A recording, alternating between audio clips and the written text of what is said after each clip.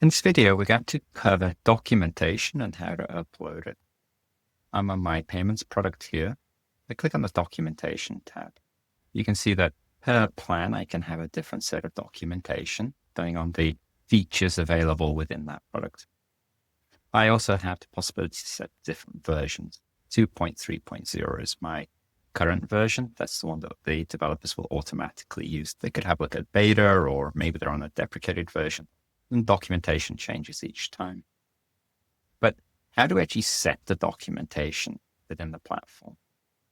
If I go to my administration dashboard, you can see for this sandbox product, I have different levels of documentation.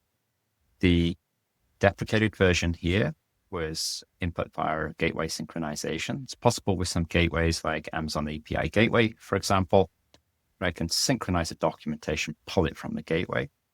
I could manually upload the documentation, which is what I've done in this case for the production version.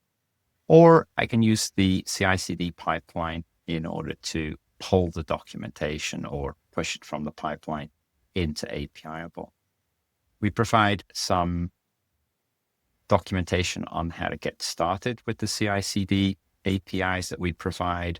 It's effectively creating the documentation and then applying it to a different plan. So you can do that all within your existing pipeline. We do provide an example for a GitHub Action. So we can provide you this link to go ahead and see how it works, and you can fork this code so that you're set up almost immediately. We do also have our own API documentation on how to do this. So you can always go to our API developer portal and you'll see there, okay, everything you need to get started with using that CI/CD pipeline. Thanks.